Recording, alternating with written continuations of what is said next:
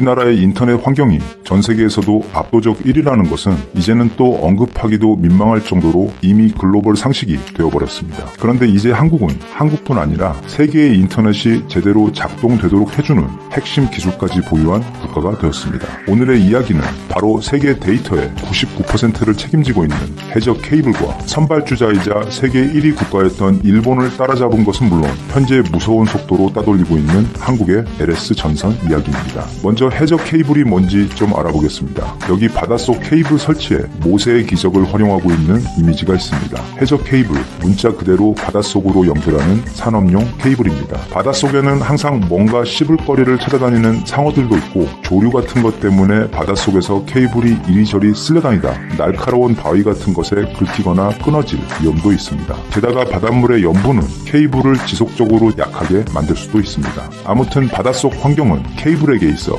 그냥 존재하는 것만으로도 상당히 빡센 곳입니다. 그래서 해저 케이블은 대략 이렇게 생겼습니다. 그냥 대충 봐도 일단 두께가 누워있는 고무 전봇대들처럼 장난이 아닙니다. 해저 케이블 내부는 또 이렇게 생겼습니다. 8번이라고 써있는 제일 안쪽에 있는 심들이 바로 광섬유입니다. 광, 즉 빛, 그러니까 레이저를 이용해서 데이터를 전송하기 때문에 일반 구리선과는 비교도 할 수 없을 정도로 장거리를, 그것도 아주 고속으로 통신이 가능한 특수 소재입니다. 이게 중심에 들어가고 그 외 나머지들은 전부 다 바셀린, 알루미늄, 폴리카보네이트, 강철, 폴리에틸렌 등 거친 바닷속에서의 삶에 대비해 소중한 광섬유를 보호해주기 위한 여러 겹의 두꺼운 보호막들입니다. 아무튼 이런 연유로 인해 해저 케이블은 엄청 두껍습니다. 당연히 무게도 엄청 무겁습니다. 평균 1m당 무게가 대략 10kg 정도 나갑니다. 이런 걸 끊기지 않고 바닷속에서 1000km 이상 연결하는 게 바로 해저 케이블 사업입니다. 현재 세계의 모든 대륙들은 바닷속 해저 케이블들을 통해 서로 연결되어 있으며 우리가 집 소파에 앉아서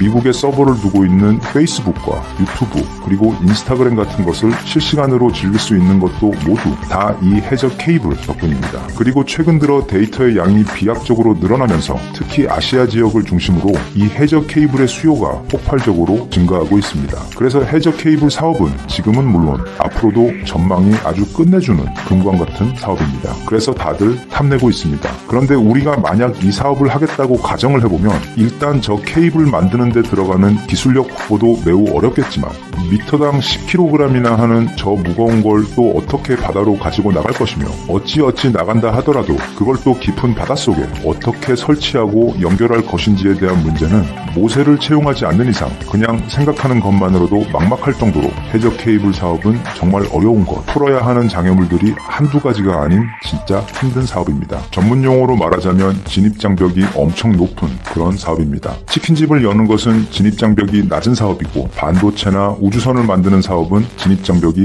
높은 사업입니다. 해저 케이블 사업은 후자 중에서도 그 사업의 리스크 또한 높기 때문에 진입장벽이 매우 높은 축에 속합니다. 그래서 다들 탐내고는 있지만 쉽게 뛰어들지 못하고 있기 때문에 처음에 이 시장에서 승기를 잡았던 초기 승자들이 최근까지 시장을 독식하며 거의 독점에 가까운 수익을 올려왔습니다. 현재 세계의 바닷속에는 총 400개의 해저 케이블들이 매설되어 있고 그 길이는 총 120만 킬로미터에 달하며 지구를 30바퀴나 돌 수 있는 길이입니다. 지금까지의 총 사업 금액은 약 250조 원에 달하며 현재까지 미국의 서브컴, 프랑스의 ASN, 그리고 일본의 NEC가 이 시장을 독점해왔습니다. 일본의 경우 유럽이 장악하고 있던 그 시장에 80년대 일본 버블 경제의 현금 버프를 뒤에 업고 사업에 뛰어들어 재빨리 유럽의 기술력을 따라잡은 후 주로 대만, 싱가포르, 그리고 말레이시아와 같은 동남아시아 시장을 공략하여 아시아 지역에서는 유럽을 따돌리고 완전 독점 상태로 사업을 하며 승승장구해 왔습니다.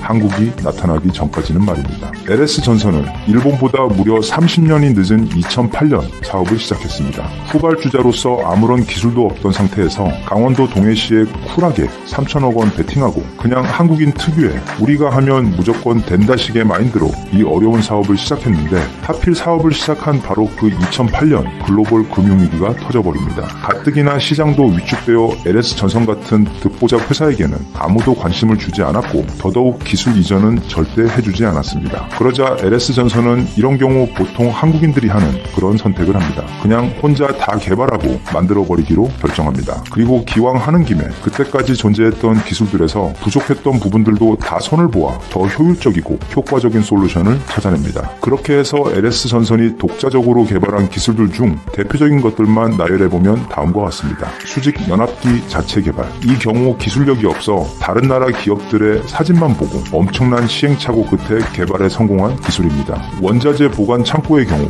거의 반도체 생산시설과 동일한 클래스의 클린룸으로 만들어 나중에 불량률을 거의 제로로 관리하여 세계 최고 품질의 해저 케이블을 만드는 데 결정적인 역할을 합니다. 자재 보관 창고를 이 정도 수준의 클린룸으로 만드는 것은 LS전선 이전에는 업계에서 존재하지 않았던 사례입니다. 그 외 설비, 보관, 생산, 이동, 선적과 관련된 모든 부분에서 독자적 기술 개발만이 아닌 선두 기업들의 기술력을 뛰어넘는 혁신에 혁신을 거듭하며 사업을 시작한 지 불과 1년 만에 말하자면 아이돌 그룹이 이제 막 데뷔를 했는데 옛날 서태지와 아이들이 그랬던 것처럼 또는 소녀시대가 그랬던 것처럼 데뷔와 함께 인기가 폭발하며 대박을 터뜨립니다. 사업 시작 1년 만인 2009년 총 3,281억 원 규모의 수주를 따내고 이후 다시 2년 만에 중동의 카타르 석유공사와 약 5천억 원 규모의 잭팟을 터뜨리고 이듬해 북유럽 덴마크와 계약을 체결하고 같은 해 남미의 베네수엘라 국영전력공사로부터 총 3천억 원 규모의 계약을 따내고 이후 미국 전력청과 캐나다 정부를 비롯하여 대륙 구분 없이 전 세계 모든 곳에서 엄청난 규모의 계약을 따내버립니다. 특히 일본 기업에 대한 의존도가 절대적이었던 동남아에서 2017년을 기점으로 싱가포르 전력청과 대만 전력청 그리고 말레이시아 전력청의 해저 케이블 사업 수주를 모조리 싹쓸이하며 동남아 시장에서 일본을 빠르게 밀어내고 현재 동남아 시장은 일본이 아닌 한국의 LS전선이 독점을 하고 있습니다. 작년 한 해 동안에만 대만 한 나라에서 총 2천억 원어치 계약 3개를 따냈습니다. 이 모든 게 그 어려운 사업을 시작한 지 불과 10년도 안 되어 거둔 성과입니다. 또 하나 의미가 큰 성과는 최근 작년 네덜란드의 국영전력회사 테네트로부터 1,342억 원짜리 계약을 따내는 데 성공했는데 그 수주 액수보다도 아메리카 대륙과 아시아를 넘어 이제는 해저 케이블 사업의 본고장인 유럽에서도 계약을 따내게 된 것으로 이건 LS전선의 해저 케이블 품질이 세계 최고라는 것을 공식적으로 인정받은 것이나 마찬가지인 엄청난 성과입니다. 현재 LS전선은 아시아에서 경쟁 상대가 없는 원톱으로 동남아시아는 물론 작년에만 쿠웨이트, 바레인, 사우디, 카타르에서 대형 계약을 모두 싹쓸이한 중동 지역 독점 기업이며 세계 시장에서도 선박용 케이블 분야에서는 벌써 1위, 산업용 전선 분야에서도 3위까지 올라섰습니다. 거의 성공 가능성이 없어 보였던 시장에 뛰어들어 불과 10년 남짓한 기간 동안 세계 1위까지 올라선 것도 대단하지만 앞으로는 더 신납니다. 현재 전 세계 데이터의 99%가 해저 케이블을 통해 전송되고 있는데 아직도 추가로 설치해야 하는 수요가 넘치는 상황이며 특히 그동안 유럽에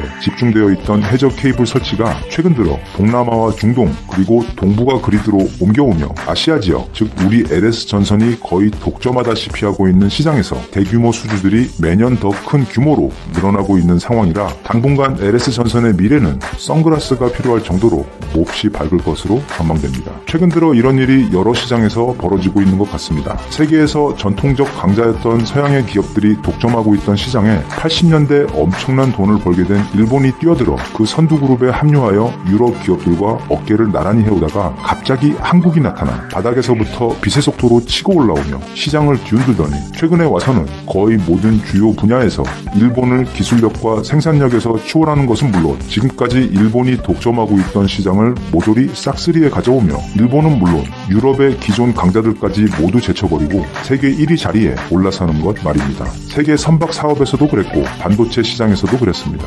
음악과 영화를 포함한 대중문화 사업에서도 그러고 있고 또 육군의 주요 무기인 자주포 사업에서도 그랬고 지금은 현무 4를 기점으로 최첨단 공격형 미사일 사업에서도 그렇고 호주와 미국을 대상으로 한 장갑차 사업에서도 그렇고 해저 케이블 사업에서도 그렇습니다. 이건 정말 대단한 일이며 지금 우리들은 한국의 근대 역사에 있어 엄청나게 다이나믹하고 성공적인 끝내주게 멋진 시대를 살고 있는 것입니다. 국뽕이 아닌 내 국가와 우리 이전 세대들의 대한민국 국민들이 그동안 치열하게 싸우고 노력해온 그 성과의 열매를 우리는 지금 한꺼번에 수확하고 있는 것이며 세계의 여러 분야에서 우리와 대한민국이 최고이자 리더의 자리에 빠르게 올라서고 있는 것입니다. 일제강점기만 없었으면 원래 이미 우리가 있었어야 할 바로 그 자리를 찾아 지금 빠르게 올라가고 있는 역사적인 시기를 우리는 목격하고 또 살고 있는 것입니다. 그걸 자랑스럽게 여기고 그런 내 국가와 동시대를 함께 살아가고 있는 모든 한국인들에 대해 자부심을 갖는 것은 건강한 것입니다. 집에 있는 가족이 좋은 대학에 합격하거나 이름 있는 큰 회사에 입사 합격을 받는 것도 크게 축하하고 자랑스러워 하는데 세계에서도 가장 치열하다는 반도체와 선박 그리고 음악과 문화시장, 무기와 해저 케이블 시장에서 세계 최고를 연일 휩쓸고 있는데 그걸 자랑스럽게 여기지 않을 이유가 없습니다. 나와 내 가족의 일처럼 기뻐하고 축하하며 그 힘으로 자기 자리에서 더 열심히 노력해서 우리 다음 세대들은 지금 우리보다 더 가슴 벅차고 풍요로운 시대를 살아갈 수 있도록 해주는 것이 지금 이 너무도 다이나믹한 한국 역사를 살아가는 우리들이 가져야 할 시대정신이자 태도가 아닐까 싶습니다. 특히 요즘 들어 축하할 일이 너무도 많은 대한민국과 우리 한국인들 앞으로도 아주 오랫동안 부디 꽃길만 걷기를 마음 담아